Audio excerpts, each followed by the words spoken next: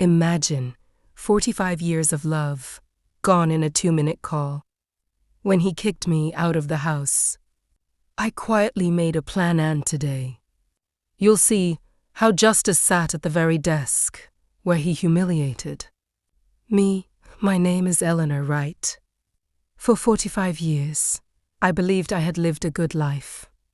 I raised my children with love, stood beside my husband through every struggle, and trusted my family more than I trusted myself. I believed that if you give everything to the people you love, they will protect you when you grow old. I was wrong. I never imagined that the people I sacrificed my youth for would one day look at me as a problem, something inconvenient, something disposable.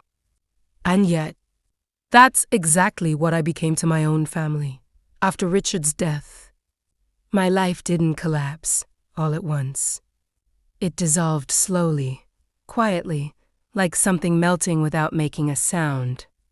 Every morning I woke up, expecting to hear his footsteps in the hallway, his cough from the kitchen, his voice asking if I wanted tea or coffee.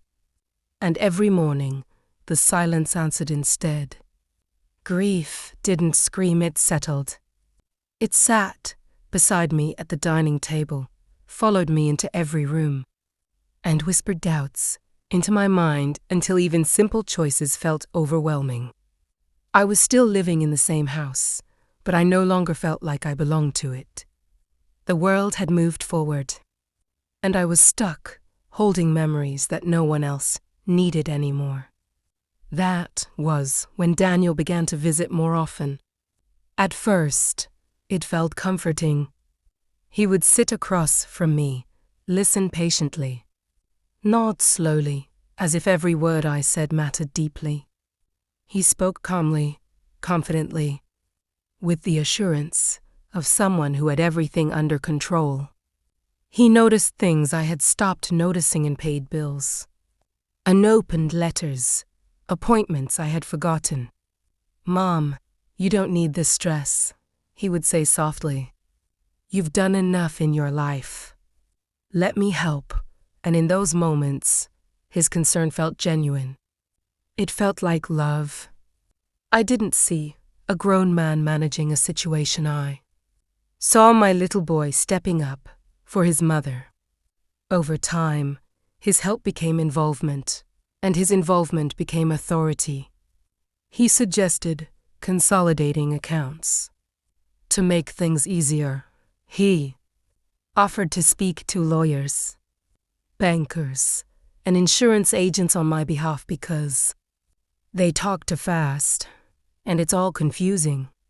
Anyway, when documents appeared in front of me, he would summarize them quickly, pointing to the places where I needed to sign, assuring me that everything was routine, temporary, and reversible. I trusted him not because I understood, but because I wanted peace. I wanted rest. I wanted someone else to carry the weight I had been holding for decades. What I didn't realize was how subtly dependence forms. It doesn't arrive as a warning, it arrives as comfort. Slowly, I stopped asking questions. Slowly, I stopped checking statements. Slowly, I stopped being involved in decisions that affected my own future. Daniel never demanded control. He simply filled the space I had vacated. And I allowed it, believing that love and blood were enough to protect me. Actually, that stay felt safe. I still believed I was being cared for. I didn't know that by giving up control piece by piece, I was also giving up my voice sound eventually. My place in my own life, as weeks turned into months. Daniel's presence became less of a visit and more of a system, around which my days revolved. He started calling every morning, not to ask how I was feeling, but to remind me what needed to be done, nor rather, what he would take care of for me. He framed it as protection. People take advantage of widows, Mom, he warned, his voice low and serious. You shouldn't talk to anyone about money or the house. Let me handle it. His words planted fear quietly, and fear made trust feel like safety. I wasn't just leaning on him anymore. I was hiding behind him, believing he was shielding me from a world I no longer understood. My routines began to shrink. The grocery trips stopped because Daniel preferred ordering everything online. Doctor appointments were rescheduled to fit his availability. Even casual conversations with neighbors faded because he felt they were nosy or too curious without realizing it. My world became smaller, narrower, centered entirely around what he thought was best for me. And when I hesitated, when something didn't sit right in my chest, he responded with patience that looked like kindness but carried quiet control. You're overthinking, he would say gently. You're tired. You've been through a lot, and I believed him, because grief had already taught me to doubt my own strength. The house, once full of shared memories, slowly stopped feeling like mine. Daniel suggested small changes at first, rearranging furniture, replacing old items, storing things I didn't use anymore. Each suggestion made sense on its own, but together they erased pieces of my past. When I noticed old photo albums missing from the living room shelf, he told me they were safer in storage. When I asked about certain documents, he reassured me they were organized properly. He spoke as if everything was already handled, and I had no reason to question him. After all, this was my son, the same child I had once stayed up all night for when he was sick, the same boy whose scraped knees I had cleaned with shaking hands. Love blinded me more effectively than ignorance ever could. By the time I realized how deeply dependent I had become, it already felt too late to change it. I no longer knew which bills were mine, which accounts were active, or which decisions required my consent. And strangely, that loss of control felt easier than confronting reality. Dependence, I learned, is seductive. It promises relief in exchange for awareness. I told myself this was just a phase, that once the grief softened, I would step back into my life. I didn't know that someone else was quietly rewriting the terms of my existence, and that my silence was being mistaken for permission. By this point, Daniel wasn't just involved in my life, he was embedded in it. Every decision, no matter how small, passed through him first. If I mentioned wanting to repair the old fence, he'd say it wasn't urgent.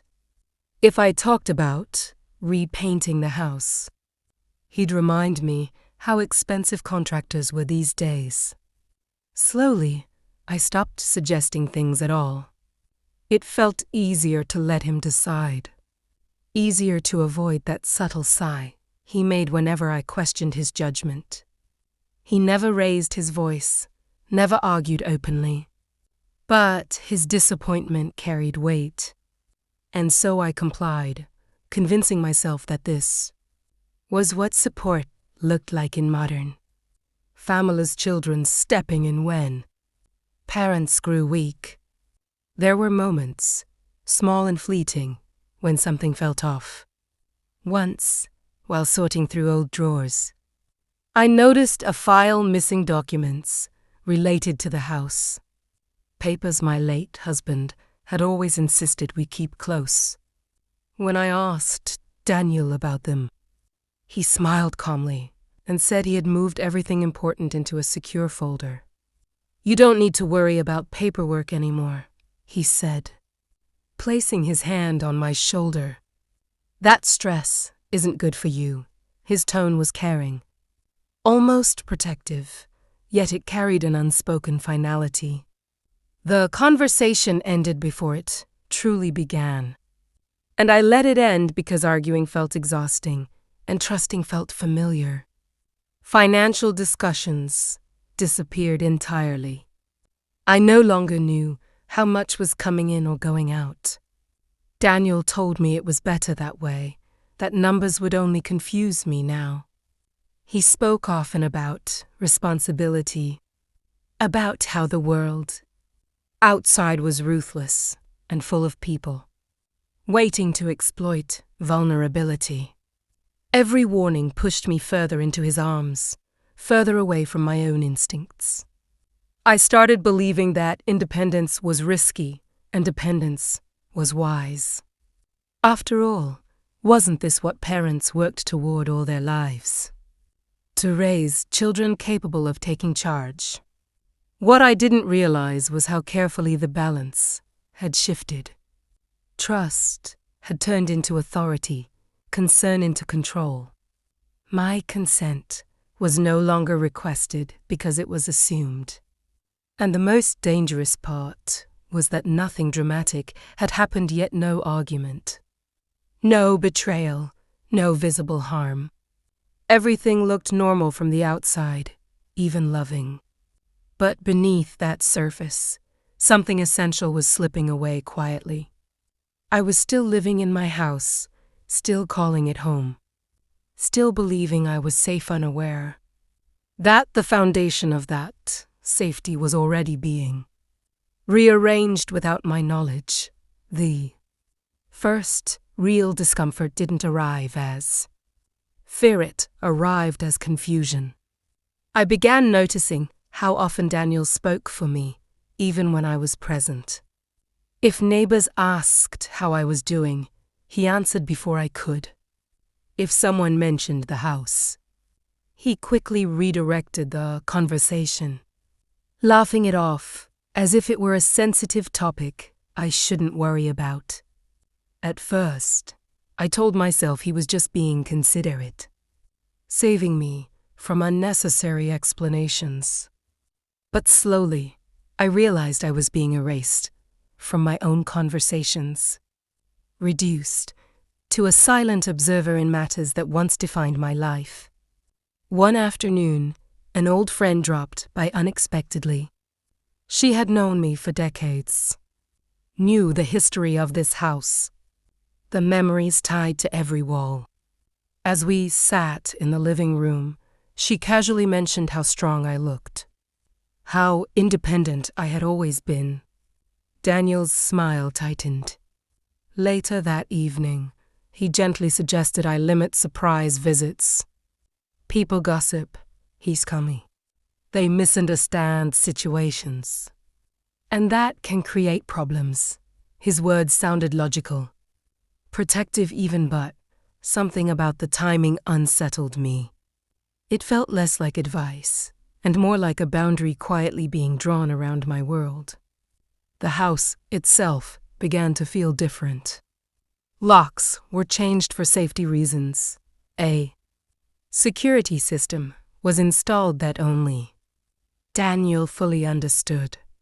He assured me everything was under control, that I was safer than ever. And yet, I felt oddly restricted, like a guest in a place I had lived in for years. I noticed certain rooms were always locked now, especially the study where my husband used to keep his important papers. Whenever I asked why, Daniel would brush it off with a practiced calm. "Nothing you need in there," he'd say. "Trust me." Then there were the phone calls, short, hushed conversations Daniel took in another room. When I entered, he'd stop speaking or switch topics instantly. Once, I caught a word that made my heart skip property. When I asked who he was talking to, he laughed softly and said it was work-related. Nothing for me to worry about. That phrase returned often, nothing for you to worry about. It became a shield he used whenever questions came too close to answers. I began doubting myself more than I doubted him. Maybe age had made me paranoid. Maybe independence was harder to recognize once you handed it over. I told myself that if something were truly wrong, I would feel it clearly. But warning signs don't arrive with alarms, they whisper. And those whispers were now following me through quiet moments. Laciaci night when mein mouth verloud. Still, I said nothing, because speaking up meant admitting that trust might have been misplaced. And that was a truth I wasn't ready to face, not yet. The moment that truly unsettled me didn't happen during an argument or a confrontation. It happened on an ordinary morning, the kind that usually passes without leaving a mark. I was sorting through old documents in a drawer when I noticed several folders, missing files I had personally organized years ago. Property papers, bank records, letters in my late husband's handwriting. My chest tightened as I searched again, slower this time, hoping I had simply misplaced them. When I asked Daniel, he didn't look surprised. He didn't even ask what I was searching for. He simply sighed I moved them somewhere safer. That answer came too quickly, too smoothly. When I asked where they were, he smiled in a way that felt rehearsed. "You don't need to worry about paperwork anymore," he said. "It's stressful for you. I'm taking care of it." His tone wasn't harsh, but it was final. For the first time, I felt something shift inside me, not panic, but a quiet alarm. These weren't just papers. They were proof of my life, my choices, my ownership. And now they were out of my reach. A few days later, a letter arrived addressed to Daniel, not to me. That alone was strange. This house had always been registered under my name. I didn't open the letter, but I noticed the logo on the envelope, legal offices. When I mentioned it casually, Daniel took it from my hands and said it was nothing important, just formalities. Then he did something small, but telling. He locked the envelope away, right in front of me, as if to remind me that some things were no longer mine to access. The financial changes came next, subtle but suffocating. My bank card stopped working one afternoon at the grocery store. Embarrassed, I called Daniel, assuming it was a technical issue. He apologized and said he had temporarily reorganized the accounts to make things simpler. "You have everything you need," he reassured me. And technically, he was right. I never lacked food or comfort. But comfort without control is just a prettier version of captivity. I began noticing how carefully he managed information around me. Conversations were filtered. Decisions were presented as already made. If I hesitated, he reminded me of my age, my health, my need for peace. And I hated myself for how easily those words worked.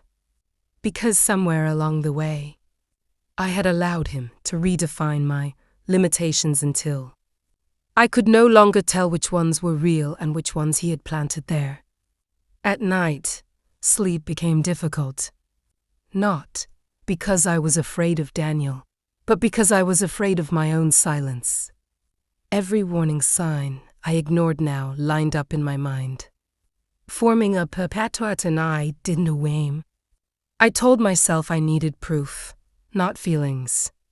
But deep down I already knew something was being taken from me, piece by piece, and I was being convinced.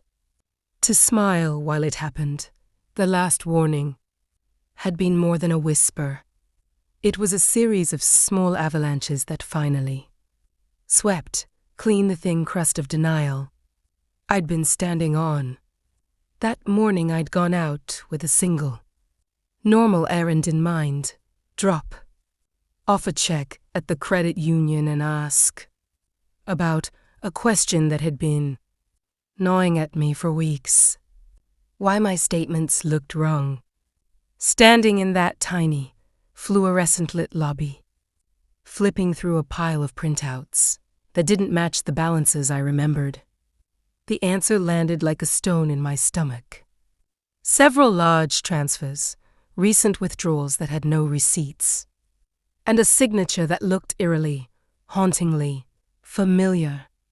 I walked away with cold, humming silence in my ears and the folded photocopy of one of those signatures in my hand. I didn't cry then. I felt something else, a dead, pragmatic clarity. Someone had been taking more than money. Someone had been reshaping the map of my life without telling me where the new borders lay. Back home, I didn't storm into the kitchen or demand answers. That wouldn't have worked the way it needed to. I set the photocopy on the table beside the lamp where I read at night, and I opened the top drawer of the old dresser, the drawer my husband had always joked was where I kept my dangerous things like stamps and old love letters. Under the stack of old receipts and a packet of coupons, there it was, a glossy, official-looking form with my name typed at the top and the words, "Power of Attorney" in bold. My hand shook so badly that for a moment I held it without feeling it. At first the language seemed harmless, bureaucratic even, until I read the clause that let the attorney, in fact, act in my stead for any financial matter, with full authority. Beneath the printed text was a scrawl of a signature, my signature, and then beside it, in a different hand, the date and another name that made my stomach fall through my feet. The paperwork had been signed away under my name. The thing that had been meant to protect me had been turned into a key to open every locked door I owned. I did what the frightened part of me wanted to do for a second. I called him, voice pitched thin and trembling. The voice that answered had been practiced before, polite, casual. The tone of a son who sighed indulgently at his old mother's worries. "Oh, Mom, that paperwork. I handled it when you weren't feeling well. You were so confused. Just help me use the same words he always used when he needed to turn my concern into my obligation. I helped. I took care of it. Don't worry." But my hands still held the paper, and my eyes had seen the bank records. The transfers weren't small. They weren't expenses. They were clean, businesslike, and targeted. The deed to the beach house had been reassigned to an LLC he controlled. The account with my husband's small pension had been consolidated into a single line item flagged for management.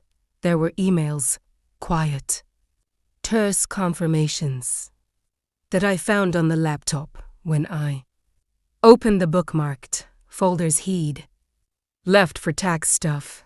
He had staged everything like a surgeon, setting an operating theater, sterile, efficient, and utterly unflinching. Shock gave way to a different animal entirely, not the hot, theatrical anger scenes hope for in movies, but the cold inventory taking of someone who has finally woken up from a long sleep. I made a list: dates, transfers, names of institutions. The names of companies I had never heard of that now held my property titles. I copied every document, tucked originals back where no one would suspect. and I started stacking the photocopies. A neat pile's evidence is easier to explain to a lawyer than to a son. Then I called the number of a woman I'd met at the community center, an older attorney who volunteered on Tuesdays, helping elders understand estate issues. I didn't tell her everything on the first call. I simply said I needed advice and that it was urgent. Her voice on the other end was brisk, but kind. Bring me what you have. Don't sign anything. Don't talk to anyone until we talk. It was a balm and a chastening at once. For the first time since the signature had become ink on paper, I felt there was a path that didn't end at helplessness. Evening settled on the house while I sat with the photocopies and the quiet, and in that domestic dusk a slow, resolute plan began taking shape. There would be no dramatic shouting, no tearing down of pictures, no public humiliation. I owed him no theater. What I needed was law, proof, and the quiet reclaiming of my own boundaries. Tonight would be the last night my home held the pretense that everything was fine. Tomorrow I would make appointments, gather affidavits, and ask for a legal revocation of anything signed under my name without true, informed consent. But before I did any of that, I invited the outside world into the family at all. I did one small, personal thing. I sat at the kitchen table and wrote the first sentence of a letter, not to him, but to myself. It began, "For when you doubt the shape of your life. You were not born to be erased."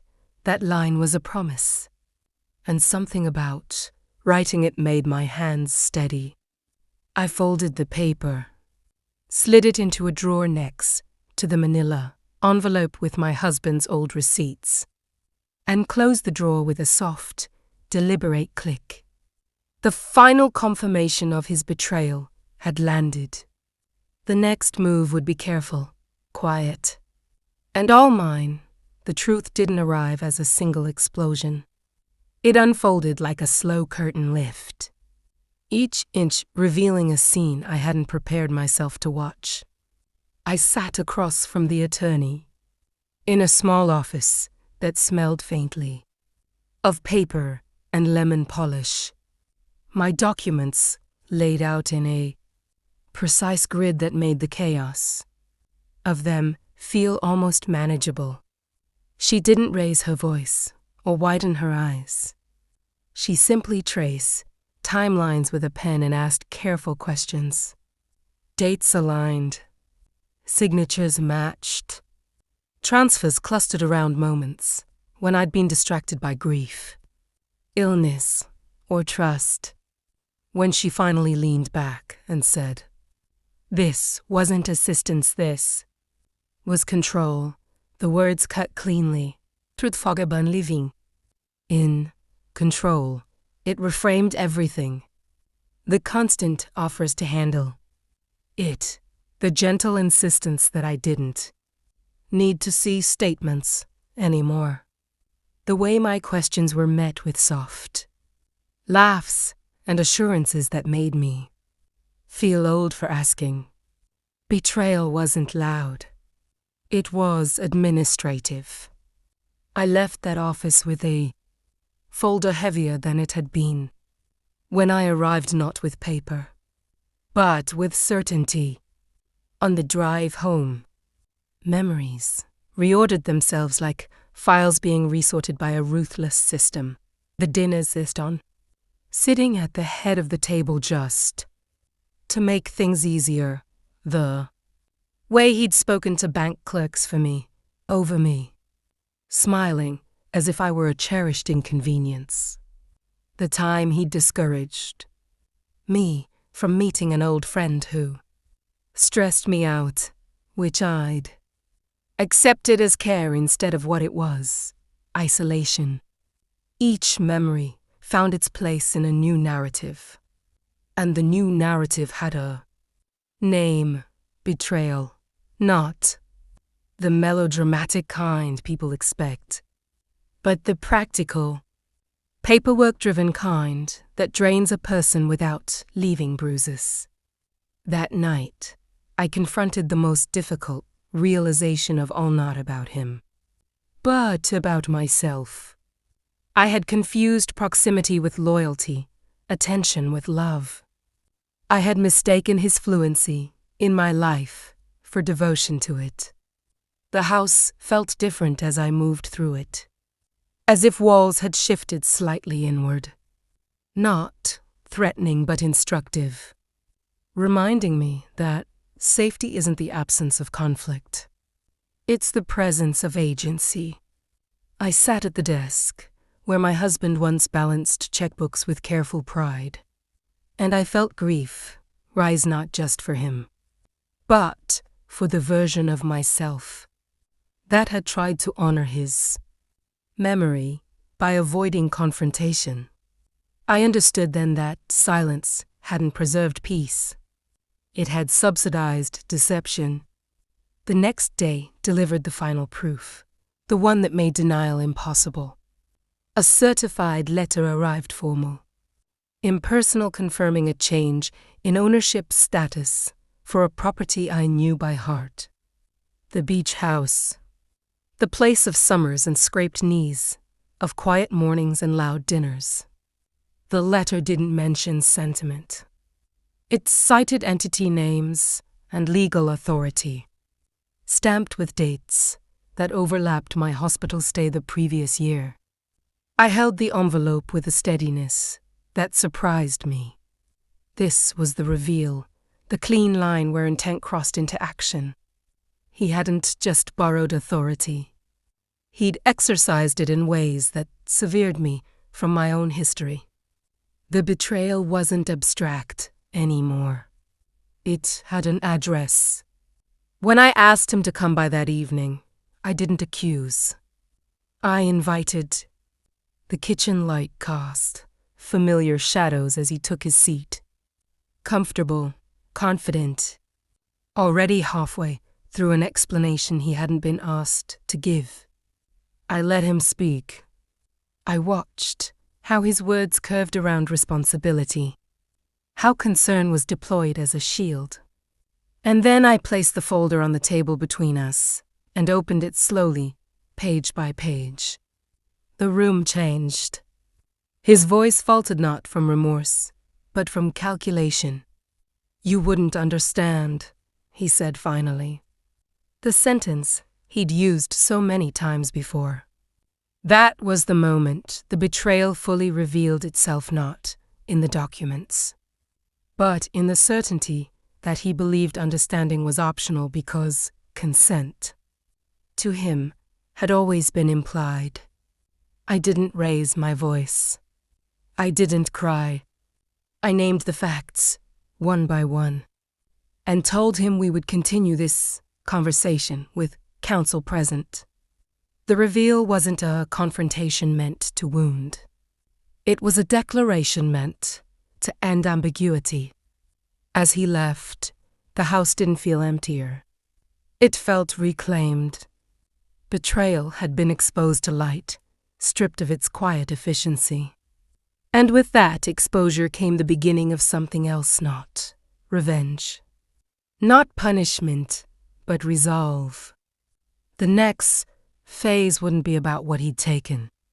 It would be about how carefully and how completely I would take myself back. She spent the next few days moving through the house, like someone learning to read a room for the first time, touching the banister where his palm had always rested, opening drawers and finding little notes he'd left for her that suddenly read like a stranger's handwriting. Each small discovery tightened the knot in her chest, but it also sharpened her mind. She called Mr. Peterson twice a day, not in bursts of panic anymore, but with questions that sounded like commands. What paperwork do we need? Who must sign? Which dates matter most? The lawyer answered in the calm rhythm of someone used to civilians' storms. And that steadiness became a kind of medicine. She took notes now, underlining names and amounts, sketching timelines on yellow, legal pads pinned to the fridge with a magnet shaped like a lighthouse. Friends who had hovered with pity in the aftermath of the funeral came by with casseroles and condolences. She accepted their food and their hands on her shoulder. But she did not invite them into the engine room of her recovery. This was private work. It required quiet, patience, and the kind of careful attention that grief had previously elbowed aside. Neighbors noticed a change. Gossip moved slower than she did. Where once she had smiled and let people fill in the blanks of her life, she now answered questions with a reserve that felt newly earned. At church, she sat a little straighter, listened more than she spoke. And when Mrs. Aurora, her old friend who liked to solve everyone's problems pressed Forthdale's, she offered only what she needed to. There are complications. The vagueness was deliberate. In the dim light of the living room, she practiced phrases that were not excuses but clarifications. I am the owner. The sale will be reversed. Legal counsel is handling it, saying the words out loud made them less like wishes and more like plans. Her hands, which had always been good with small domestic things, learned a different dexterity. Phone calls, signed authorizations, notarized documents. The mundane mechanics of law suddenly felt like tools of reclamation rather than traps. At night, loneliness came in new forms. It was no longer simply the absence of a companion. It was the presence of history pressed up against her ribs. She replayed ordinary conversations with him and found, with a strange and bitter clarity, the places where his tone had shifted from helpful to controlling. It had been subtle, a word here to dismiss a question, an insistence there that I'll take care of it, coupled with the soft, persuasive smile that had once felt like protection. Now, each of those moments, read differently, as deliberate excavation of influence. Instead of letting anger be a shout, she let it cool into strategy. She wrote lists not only of legal steps, but of small personal reclamations. Changed the locks, inventory family heirlooms, catalog jewelry and photos. Learn how to log into bank accounts herself. The practical items anchored her when the heady swirl of betrayal threatened. T.O. sweep her into bitterness. Practicality met principle when Mr. Peterson brought his first set of findings. The fraudulent sale could be reversed. He said because the signature had been obtained during a time when she'd been vulnerable and misled. Medical records, witnesses, the timing of transfers all lined up. There was relief in the law's mechanics. The system, for once, could be a remedy. Yet, she also understood something more delicate. Reclaiming assets would not, in itself, repair the invisible seams that had torn in their relationship. Money could buy back paint and boards and paperwork, but not the simple, ordinary trust that had threaded their years together. She made a choice, then, that surprised even her. The legal route would be pursued with quiet determination. But she would not make the process into a public spectacle. Justice, she decided, should be restorative, not performative. She wanted the court to undo the theft, not the neighborhood to witness a bloody fight. As the legal wheels turned, she began the quieter, internal work that would prepare her for what came after victory. She taught herself new vocabulary: escrow, lien, power of attorney, and practiced using those words without hesitation. She met with a financial advisor who helped her see the landscape of investments that Robert had built: rental ledgers, unassuming LLCs with corporate names that read like archives of a life lived 2 steps off the radar. She started to map out a future in which those assets did what they were meant to do: provide safety, not spectacle. Perhaps most importantly, she began to imagine boundaries that would protect her dignity. The betrayal had shown her that love without limits had left her exposed. Now, love would be bilateral, given, yes, but not at the cost of self-erasure. In quiet afternoons, pen poised over a tidy legal pad, she outlined the contours of her next moves: formalize ownership, update beneficiaries, build an emergency plan, and when the moment was right, teach whoever needed. Teaching that a person's worth is not negotiable. The reveal had ended the fog. What followed was the long, steady unmaking of dependence and the deliberate rebuilding of self. She planned the reveal like someone staging a play: every prop, every line, every witness placed with careful intent. The morning she chose was ordinary on the surface: neighbors watering their lawns, the mail truck rattling by, the sky a flat, indecisive gray that made colors pop a little sharper. She dressed in the dress Robert had always liked, not to flirt with memory, but to carry herself with the steadiness of someone who meant business. Mr. Peterson arrived punctually with a thin folder of documents that smelled faintly of printer ink and library pages. He walked in quietly, closed the door, and set the folder on the kitchen table between a steaming pot of coffee and a plate of biscuits she'd baked that morning.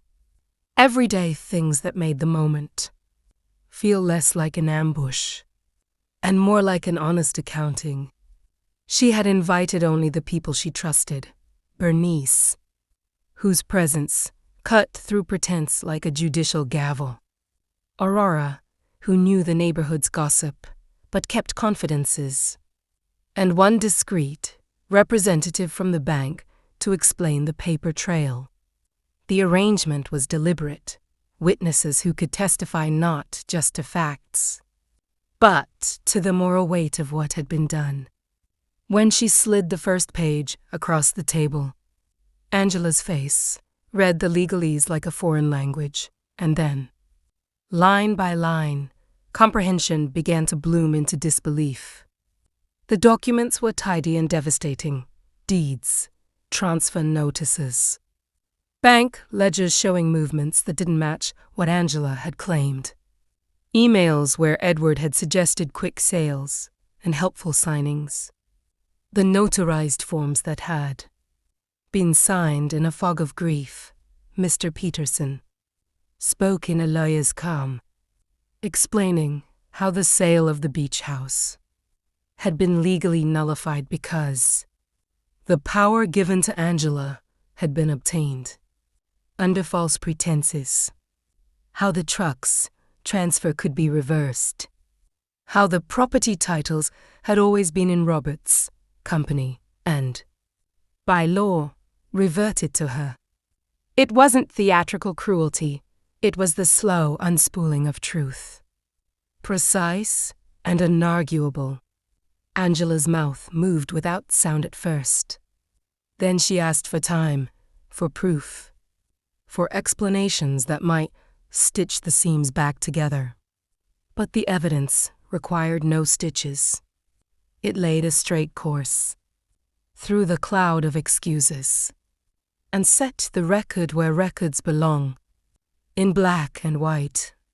The room shifted as emotions rearranged themselves around what had happened. Angela's face flushed with a dozen colors: shame, anger, then a kind of brittle laughter that was less humor, then a defense mechanism trying to buy time. She accused, then faltered. Her voice tried to blame Edward, to portray herself as someone who had been hoodwinked. But the ledger pages didn't lie. Bernice's eyes were steady and without indulgence. When she spoke, it was with a tone that held both firmness and a kind of old affection. "You had choices, Angela," she said simply, and the sentence landed like an axe on empty pretense. For the people in the room, this was not spectacle but accountability. For Angela, it felt like being woken, after years of sleepwalking into a world that had been her own but not under her control. Tears came eventually, not the theatrical sobs of someone pleading for mercy, but the small, raw kind that follows the realization of mistakes. The sound in the kitchen was not triumphant. It was mournful, and it was honest. After the documentation, the practicalities followed: phone calls to banks, formal rescission paperwork, the careful retrieval of a sold item here, the paperwork for a reverse title there. Those acts, while dry on paper, carried intimate consequences. The man who had been Edward was unreachable. He'd fled or dissolved into excuses, and now had to answer, if at all, to consequences he'd set into motion. Neighbors who had earlier whispered speculated, now in quiet groups with their eyebrows raised. But public opinion mattered less than the internal recalibrations happening in both women. Antonia watched Angela cycle through phases: denial, bargaining, shame, then a slow, aching empathy for the mother she'd discarded. The reveal had not been about revenge for Antonia. It was designed to be a mirror. Once forced to see herself reflected, Angela could finally choose to change. Would she? The answer took time and small, measurable acts, a returned apology that meant more because it followed evidence. The willingness to sit with discomfort rather than hide from it. The aftermath of the reveal rippled outward in smaller, quieter ways that mattered more than any headline. Antonia did not gloat. Instead, she used the reclaimed ownership as an instrument. For repairs to the beach house, for settling legitimate debts, and, later, for creating a modest fund to protect other women in precarious positions. It was a reframing, assets as shelter rather than trophies. Angela's recovery was less dramatic than the arresting court scenes in television dramas. It was the slow, stubborn work of accountability.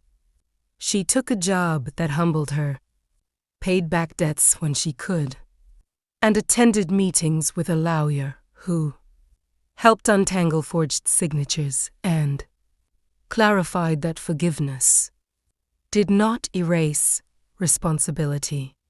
The emotional price was high. Both women had to grieve the old relationship.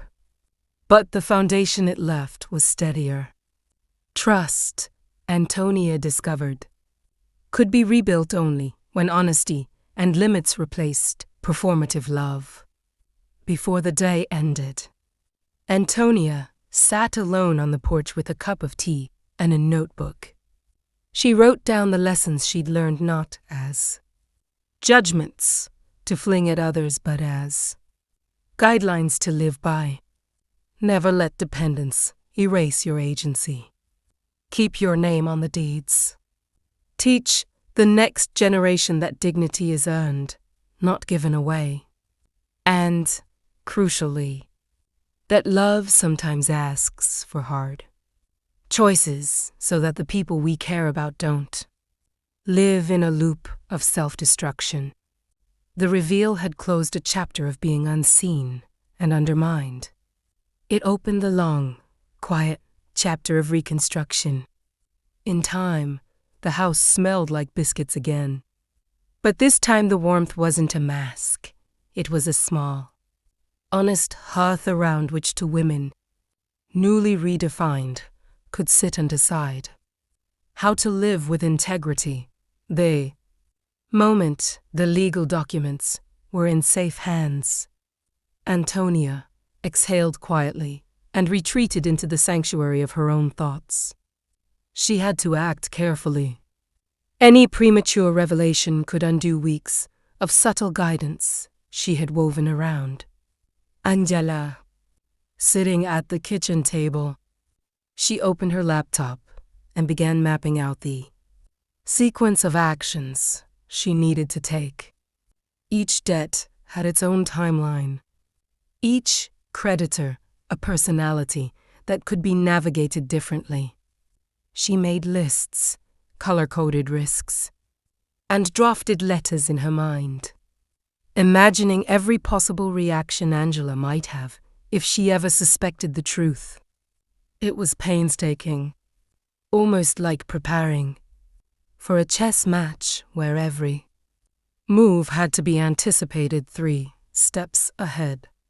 Each evening, after Angela returned from her temporary job, Antonia would watch her daughter's expressions from the living room corner, noting the subtle shifts in her demeanor, the faint crease of worry between her brows, the small sighs when a credit notice arrived in the mail. These were the cracks where lessons would settle, slowly shaping responsibility without verbal instruction. Over the next few days, Antonia contacted Mr. Peterson and other legal advisors under the guise of routine inquiries. They discussed ways to nullify Edward's forged contracts and to reclaim the beach house without implicating Angela. Every phone call was deliberate, measured, as if she were building a web of invisible support around her daughter. At night, she would sit in her dimly lit study, reviewing bank statements, invoices, and transaction histories.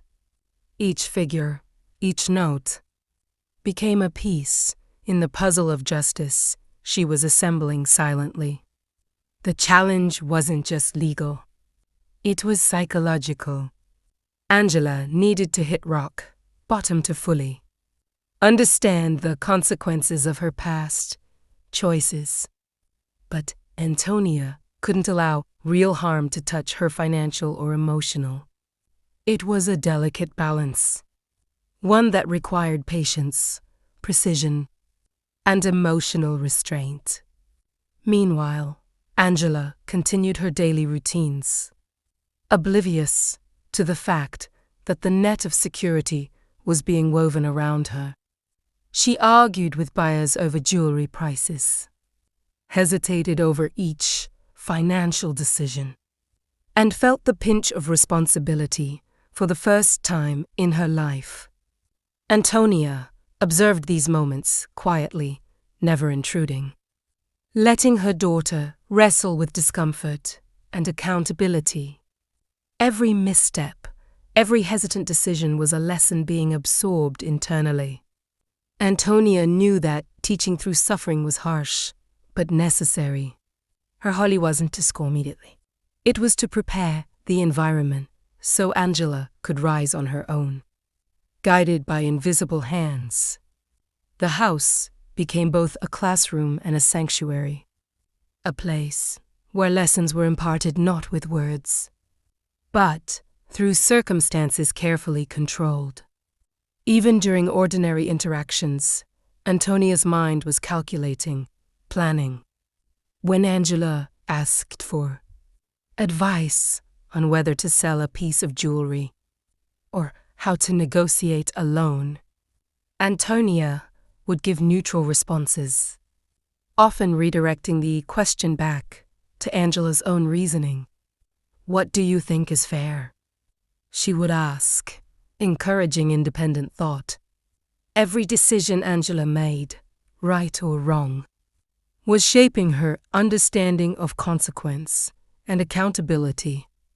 Antonia documented these moments in her notebook, writing down observations and potential turning points. This silent monitoring was crucial. She needed evidence of growth before revealing the truth. She understood that empowerment came from struggle, and her daughter's struggle had to be authentic to leave a lasting impact. At night, Antonia would sit alone on the porch, sipping tea and looking out at the darkened horizon, imagining the future. She visualized Angela stepping into adulthood fully aware, not spoiled by sudden rescue, not hardened by betrayal, but matured through guided experience. The legal and financial preparations were only half the battle. The emotional scaffolding she built was equally vital.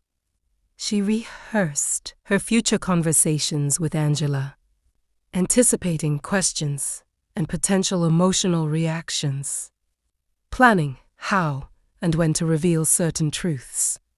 It was exhausting, yet satisfying, because each step brought her closer to the moment where Angela would finally understand not only the weight of her past mistakes, but also the depth of her mother's foresight, care, and love. In these weeks of preparation, Antonia realized that silent guidance was a power unlike any other. She was shaping her daughter's destiny without manipulation, protecting her from external consequences while ensuring internal growth. Each document filed, each phone call made, each observation noted was a thread in the tapestry of transformation.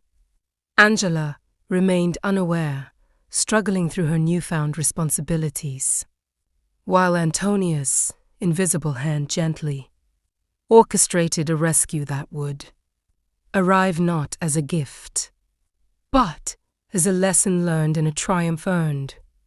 The quiet preparation was a masterstroke, invisible, patient, and inevitable, and in the shadows of ordinary days. A life was being rewritten, one careful decision at a time. Antonia's days became a study in quiet efficiency, the kind of work that looks small from the outside but, over time, rearranges an entire life. While Angela chopped, negotiated, and worried at the kitchen table, Antonia was on the phone in the lawyer's office, and at the bank, moving pieces that most people never see.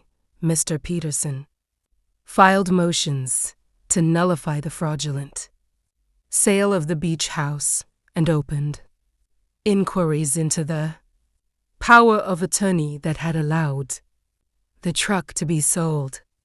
He drafted airtight letters to the buyers, explained the legal irregularities, and asked for their cooperation in returning what was taken in good faith. Antonia signed where necessary. Read every paragraph until the legalese felt familiar, and then trusted the process enough to let it run without her hovering. There was a strange comfort in that. She had spent a lifetime protecting her family, and now she was protecting it again, not with loud confrontations, but with careful, deliberate law. Each successful filing felt like a small, private victory, a deed returned here, A title cleared there. Still, she refused to celebrate aloud. The timing of the reveal mattered as much as the result itself. Parallel to the legal maneuvering, Antonia cultivated the social pressure she needed without ever letting Angela suspect. She called Aurora and a few other neighbors and asked casual-sounding questions about routine things. Who had been coming and going? Who might have noticed anything odd at the building? Whether any buyers seemed suspicious. In truth, she was measuring the neighborhood's gossip circuits, mapping who would be most useful if the time came to reveal the truth publicly. Aurora, loyal and perceptive, became a quiet ally, a woman who would validate Antonia's dignity in front of others without interrogating her. Antonia also met with a discreet private investigator who tracked Edward's recent transactions and his contacts in Europe, confirming the pattern of lies and fabricated deals that had stranded Angela. The investigator's reports fed into Mr. Peterson's case like pieces of a jigsaw puzzle, and Antonia skimmed each line, imagining the moment she would hand the completed picture to her daughter. At home, Antonia kept her face serene. She watched Angela learn the painful arithmetic of life, invoices to prioritize, smaller and smaller bargains made with each buyer. The awkwardness of entering a workplace that had once seemed beneath her.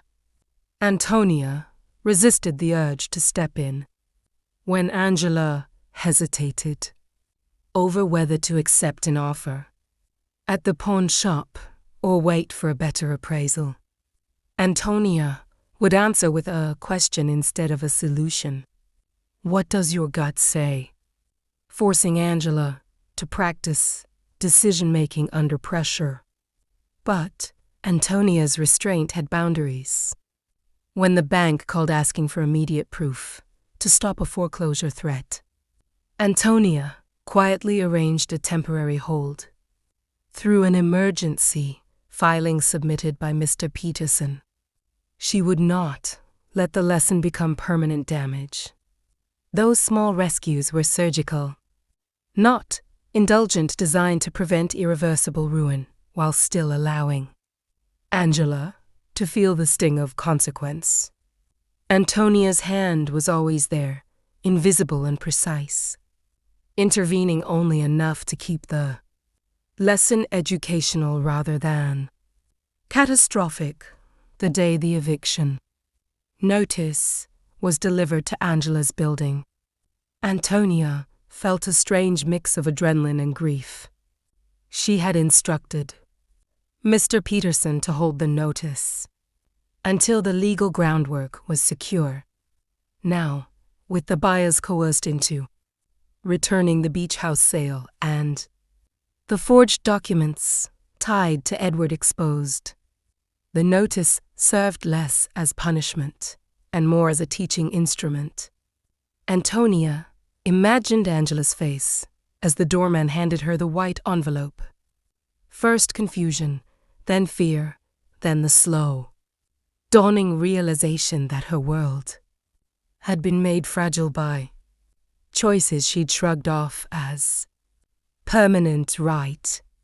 The eviction notice was a legal fact, a public proof that there were consequences for decisions made in haste and arrogance.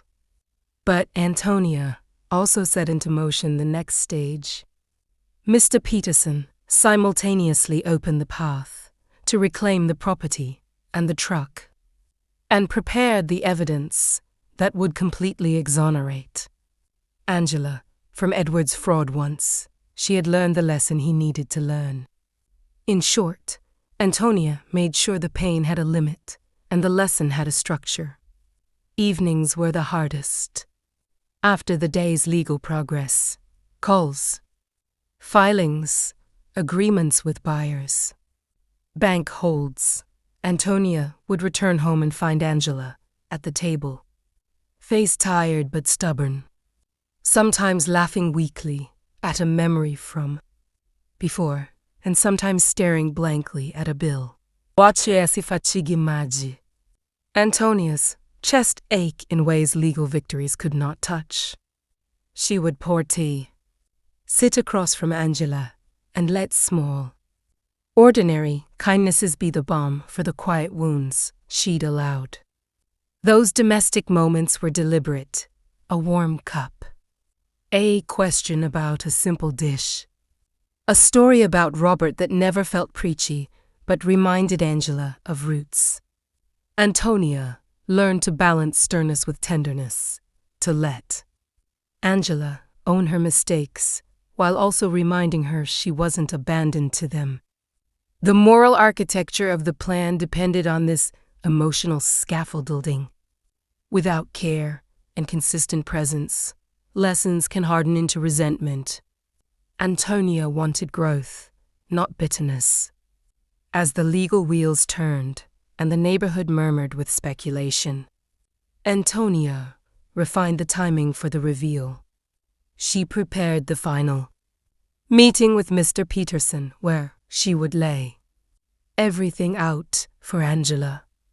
The recovered deeds, the bank statements, the proof of Edward's fraud, and the evidence of the safety deposit box. She practiced how she would speak, honest but measured, stern but full of love. The quiet preparations had done their work. Angela, bruised and humbled, had begun to change. Antonia's role was almost complete. She had converted pain into a curriculum and shame into responsibility.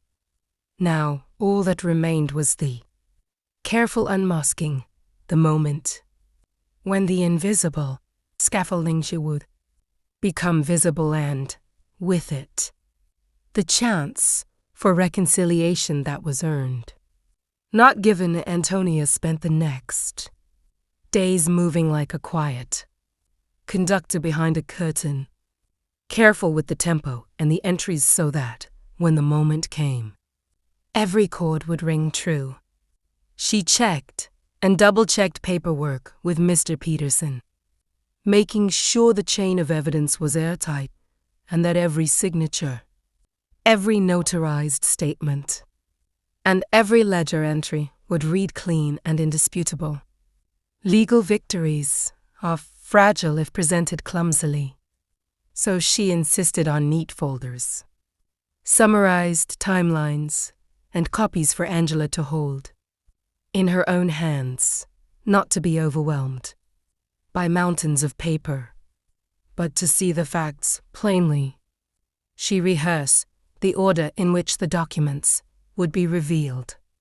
First the deeds, then the bank statements, then the forensic notes showing Edward's forgeries, and finally the safety deposit box inventory.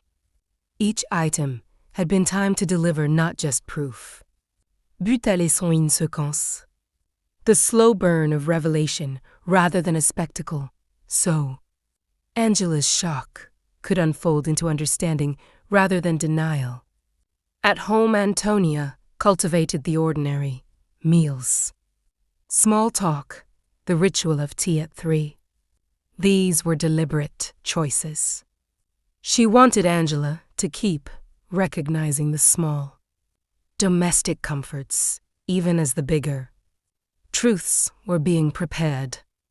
The humanity of their daily life would soften the humiliation and make room for learning. When Angela came home exhausted from cleaning offices, Antonia would listen more than she spoke, asking gentle questions that nudged her daughter to reflect on what she was learning, without pointing a moral finger. Yet, beneath that softness there was steel. Antonia made herself visible in small but potent ways, paying a bill over the phone when the panic rose to high, quietly contacting the bank to stall a predatory creditor, slipping a note to Aurora to keep an eye out for any sudden calls from Edward's associates. Her interventions were surgical and sparing, enough to prevent permanent ruin, not enough to rescue Angela from consequence. This balance was the hardest part of the plan, and on some nights she lay awake wondering if she had been too cruel or too cunning. In the morning she stood up and chose the plan again. Neighborhood theater played its part, too. Antonia allowed rumors to ease into the gossip channels in small, controlled bursts so that, when the legal papers were finally presented, there would already be a softening of disbelief. Aurora and one or two trusted neighbors acted as silent allies, not by conspiring openly, but by offering the kind of small testimonies that lend credibility in a community. "I thought she was alone," Aurora would say to anyone who asked. And that single line changed the way people perceived Antonia's quiet dignity.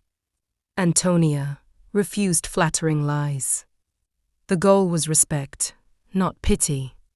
At the same time, she increased her visibility in sensible ways, attending a community meeting, volunteering at the church food pantry, showing up for the sewing circle. These moves reinforced the truth that she was steady and capable, not a frail victim. It was important for Angela to see her mother's reputation intact, because the revelation was not merely about reclaiming property. It was about restoring the moral ledger so Angela could re-enter life with dignity, not entitlement. Practicalities were handled with a similar calm. Mr. Peterson arranged the final meeting in his office and coordinated the timing so that Angela would arrive wearing the guarded humility she'd been practicing. He understood that a public triumph would sting, and he preferred to stage the reveal in a private, professional space where facts could speak.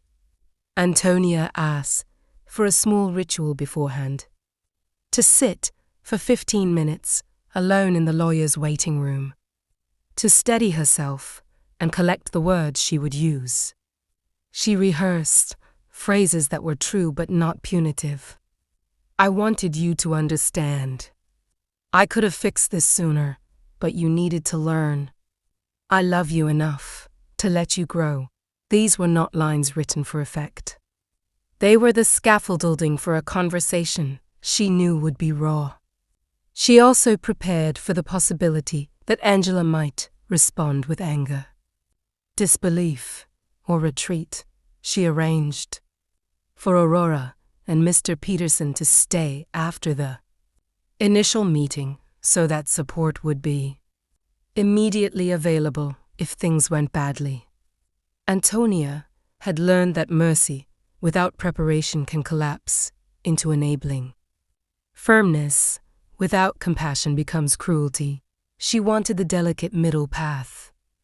The night before the reveal, Antonia could hardly sleep. But she rose and made the same small breakfast. She always did: strong coffee, hot toast, and the biscuits Angela used to love. Setting the table felt like setting the tone for the next chapter. When Angela walked into the kitchen that morning, carrying the weary posture of someone who had already learned too much, Antonia greeted her as she always had, with a steady, plain voice and a hand on her shoulder that conveyed both challenge and safety. The plan was ready, the legal work complete, the neighbors' stories aligned, Mr. Peterson expecting them. Antonia's final preparation was not another document or phone call, but a decision to tell the truth as plainly as possible and then to step back and let the lesson land. Part foreclosed with that silence between them, a charged, expectant pause that promised the reveal to come. Part 5, the ending that would be controlled and moral, was waiting on the other side of the lawyer's door. The morning sunlight filtered softly through the curtains as Antonia and Angela stepped into Mr. Peterson's office. The air was thick with anticipation, a quiet tension that spoke louder than words. Angela's hands were slightly trembling, her eyes scanning the polished wood desk and the stacks of files, unaware that each folder held not just papers but the culmination of weeks of meticulous planning. Antonia remained calm, her posture steady, a quiet strength radiating from her that Angela had always recognized, but never fully appreciated until now. Every step toward the office felt like a step toward both truth and liberation. A journey Angela had to take herself, though guided silently by her mother's unseen hand. Mr. Peterson greeted them with a professional warmth, his voice measured, careful to keep the weight of what was about to happen intact without overwhelming either of them. As Angela opened the first folder, confusion immediately swept across her face. The documents outlined Edward's forgeries, falsified signatures, and the loans that had been taken out under her name. Her heart pounded as she traced each page, seeing for the first time that the debts she feared would consume her were not hers to bear. Antonia watched silently, allowing Angela's emotions to surface without interruption. There was shock, disbelief, a quick flash of anger, and then, slowly, the dawning comprehension. The careful pacing of the reveal meant that Angela's understanding wasn't rushed. Each document was a step toward the moral lesson that her mother had orchestrated with painstaking patience. This wasn't just about money. It was about accountability, awareness, and the ability to truly value what she had lost, and what she now had the chance to rebuild. Mr. Peterson then handed her the second folder, the deeds, bank statements, and property certificates proving Antonia's ownership and the rightful reclamation of the family's assets. Angela's eyes widened in astonishment as she read, realizing that her mother had silently worked to protect her, to correct the wrongs, and to secure a foundation for her future. The weight of past mistakes, the betrayal she had suffered, and the harsh lessons she had endured all converged into a profound clarity. Angela's shoulders relaxed slightly as tears threatened to fall. But these were not tears of self-pity. They were the tears of a woman who had learned, through suffering and reflection, the value of integrity, diligence, and humility. Antonia reached over and placed a hand on her daughter's, her touch grounding the moment, reinforcing that the strength Angela felt now came not from money or property, but from the lessons she had earned and the resilience she had cultivated. In the following silence, Antonia spoke gently but with authority. "You have every right to feel overwhelmed, Angela. But understand this, the suffering you endured wasn't a punishment from me. It was the path you needed to walk to truly understand responsibility, dignity, and the value of your own choices." Angela nodded, her lips quivering as she whispered, I understand now, Mom, everything. Every struggle, every hard day. It wasn't just pain. It was teaching me how to live with honor." Antonia smiled softly. Seeing the transformation she had carefully guided over these past weeks. This was the moment when the plan came full circle. The betrayal had been revealed, the lessons absorbed, and Angela was ready to step into her own strength with awareness, not arrogance. The conversation then shifted toward the practical, Angela's cleaning job, her financial independence, and her decision to continue working despite having her debts cleared. It was an act of self-respect, an assertion that growth and maturity came not from avoiding struggle but from facing it and choosing to rise above it. I want to earn my way, Mom. I want to contribute, to understand the value of every dollar, and to help others in similar situations, Angela explained. Antonia's heart swelled with pride as she saw her daughter not just restored but elevated. Someone who had internalized the moral lessons, embraced accountability, and now sought to extend compassion and guidance to others. The narrative had shifted from crisis to conscious action, from despair to empowerment, embodying the moral that true growth comes from adversity when met with guidance, reflection, and a willingness to act with integrity. By the end of the day, Angela and Antonia returned home with a new bond, not merely mother and daughter united by blood, but to women who had consciously chosen respect, love, and partnership. The controlled ending was not a sudden resolution, but a careful orchestration. Angela had learned to value family, dignity, and personal effort. Antonia had shown that patience, wisdom, and silent guidance could transform suffering into education. The moral resonated clearly. Wealth is not the measure of a life well lived, nor is rescue without effort the true gift. Instead, love, integrity, resilience, and the courage to grow define both character and legacy. The chapter closed on the quiet, understanding that both had been changed forever, each strengthened by the trials and triumphs they had endured together. The months that followed felt less like a tidy ending and more like careful, honest work, the kind that doesn't show up in one dramatic reveal but in small, relentless acts that remake a life. Mornings began to have a predictable rhythm again. Angela leaving for her cleaning shift with a thermos and a resolve that steadied her steps. Antonia rising to tend the garden and then sitting down to go through letters and schedules for the foundation they were building.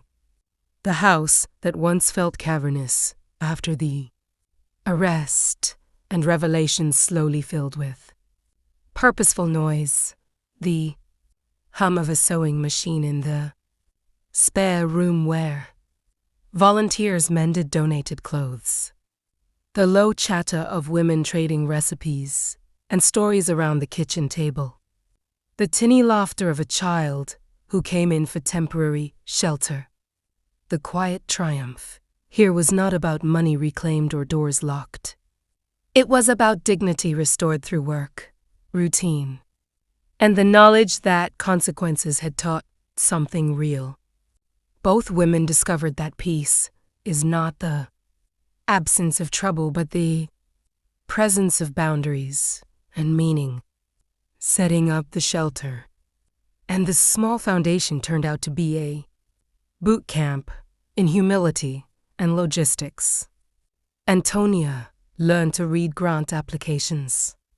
She sat through meetings with a lawyer to make sure the properties knew non-profit status was airtight, and she negotiated with local businesses for steady food donations and part-time staffing. She insisted the shelter remain small and hands-on.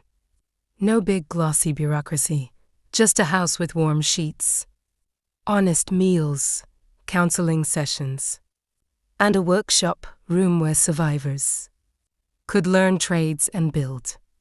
CVS, they hired a part-time caseworker, partnered with the local hospital for legal aid referrals, and painted every wall a calm, soft color that felt like a promise. Antonia, who had once been invisible in the eyes of her daughter's new life, became the quiet engine behind a project that turned private pain into public good. Not for glory, but because she wanted the porch they reclaimed to be a home for those who needed a second chance. Just like Angela had needed one. Angela's change was the slow kind people only notice later when they look back. At first, she still flinched at sudden loud noises and sometimes folded inward when old shame crept up. But she showed up every Tuesday at the foundation to lead a budgeting class she had built from what she learned at the bank. Her clean, tired hands taught women how to price services, how to negotiate with landlords, how to open a savings account. Practical lessons wrapped in the empathy of someone who had fallen and gotten up again. Night classes followed, social work textbooks on weekdays, interviews for scholarships on Saturdays. She kept her cleaning job for longer than she needed, not from penance so much as from a need to prove to herself that she could earn, save, and grow without shortcuts. In the afternoons, she would sit with a woman who'd fled an abusive home, hand her a cup of tea, and simply listen, a skill she'd once taken for granted, but now understood as part of her healing work. Antonia's inner life shifted in ways that surprised her. The plan she'd executed to let her daughter learn the hard way had been brutal to carry out. There were nights she sat awake with guilt like a second skin, asking whether a mother has the right to teach through hardship. But those nights were increasingly balanced by mornings when she watched Angela teaching another woman to balance a ledger, or afternoons when a neighbor came by to say, "I saw the woman you helped get to her classes." She smiled. Today, Antonia learned to hold complexity, pride and sorrow, the ache of having caused pain and the fierce satisfaction of seeing it turn into growth. Her love for Angela matured into something steadier, love that could set limits and still be tender. She started writing short notes to herself about what dignity looked like in practice. Let them fall, but keep the rope ready. She scribbled once and then folded the paper into her wallet like a talisman. The neighborhood's gossip shifted gears too. Where once there was pity and whispered judgments, people began to ask practical questions. How did she manage to do the legal work? Is that shelter taking donations? Aurora and Mrs. Bernice, the friends who had stood with them, became small public champions, cutting through rumor with quiet facts. The story that had once been a private shock turned into a community lesson about responsibility, resources, and the unexpected strength of older women. Local reporters did a soft, human interest piece about the foundation. The coverage wasn't flashy, but it brought in volunteers and a few modest grants that kept the little operation afloat. Most important, the house on the corner became known as a place where people who had been made small were taught to stand tall again. In the end, the lesson that threaded through everything was not vengeance dressed as victory, but a deliberate education in consequence. and compassion. Antonia didn't celebrate the moment her daughter cried at the lawyer's office. She felt the weight of that hour for weeks afterward. But she also watched. Angela put those tears into action, paying back the favors she could. Studying hard and choosing a life of honest labor and service. The legacy Antonia wanted to leave was not a fortune or a dramatic comeuppance, but a house that taught respect, a community that learned to protect its own, and a daughter who could meet the world with both humility and competence. They learned that sometimes justice looks like law and protection, and other times it looks like letting someone rebuild themselves with their own hands. When the months become years, the quiet work shows up as ordinary miracles. A woman who stayed 3 nights at the shelter, returning with a job and a phone call of thanks. Angela graduating from her social work program and leading a workshop at the same kitchen table where she'd once unpacked the jewels. Antonia gardening in the yard and, more often than not, laughing like the woman Robert remembered. The story's end is not a single triumphant scene, but a steady, gentle proof people can change, mistakes can be taught away from, and dignity, once recovered, becomes the most contagious thing of all. The house settled into a new rhythm that felt less like a comeback and more like a gentle, deliberate rebuilding. Mornings no longer carried the tightness of fear or the awkwardness of pretense. They carried purpose. Antonia would rise early to water the garden and check the shelter's schedule. Angela would be in the kitchen, laying out breakfast for a small group of residents or setting up a simple class on budgeting and resumes. Small, ordinary scenes became the real victories. A woman who had stayed 3 nights at the shelter returning with the news of a job interview. Volunteers showing up with donated books and warm blankets. Neighbors bringing casseroles without fanfare. The house that once echoed with silence now held conversations, laughter, and the quiet focus of people learning to stand on their feet again. That steady noise, woven out of daily tasks and tiny acts of care, proved to be the truest measure of change. Both women carried their lessons forward in different but complementary ways. Antonia, who had once been hidden behind grief and shock, found a new voice in public life, not a loud one, but a resolute one used to organize help, to meet with lawyers and donors, to make sure the shelters' policies protected the people who came through their doors.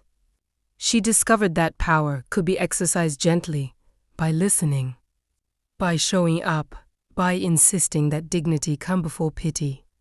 Angela's transformation was quieter, but no less profound. The nights cleaning offices taught her discipline. The hours at the foundation taught her empathy turned into action. She returned to school, not because she wanted status, but because she wanted tools, social work, conflict resolution, how to help others navigate the legal systems that had once swallowed her whole. Where rage might have burned, humility took root. And where shame had once bent her, steady resolve straightened her spine. Community response moved from gossip to gratitude. The same neighbors who had whispered about the Wiedesfortune began to ask how they could help. Local businesses donated cleaning supplies and old laptops for job searches.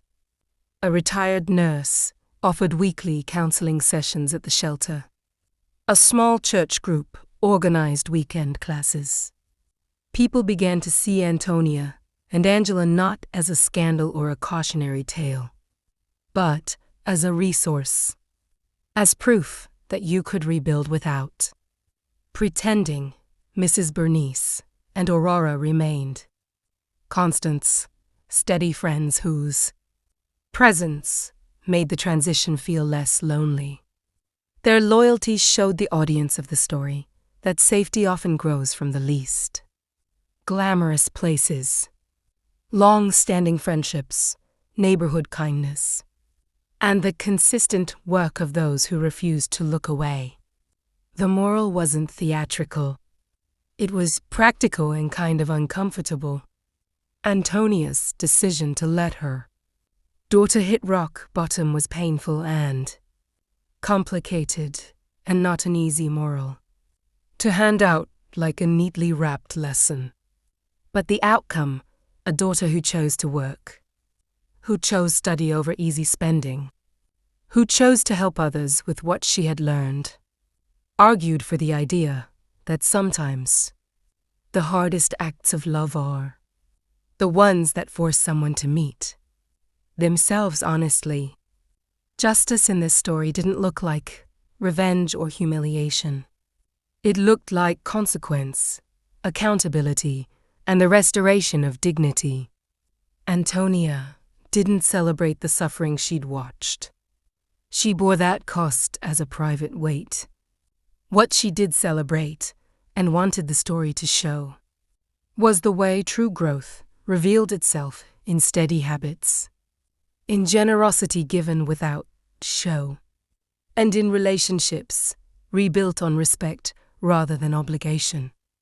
As the final scenes of their story settle into everyday life, the last image is soft but full, Antonia and Angela sitting on the porch at dusk. A mug of tea between them, a stray cat curled at their feet, and the distant sound of someone at the shelter laughing as they learn a new skill. They are not the same women they were before. Each carries scars. But those scars are not the whole of them. They are proof that choices have consequences and that people, when given honest limits and steadfast support, can become wiser and kinder. The story closes not on a single triumph, but on the quieter victory of two women who learn to choose peace, to build shelter from pain, and to turn private hurt into public help. If this story moved you, do two quick things to help the channel grow. Hit that subscribe button so you don't miss the next life story. And before you go, click the video on the end screen. I've queued up another emotional life story I know you'll want to watch next. Your support keeps these stories coming.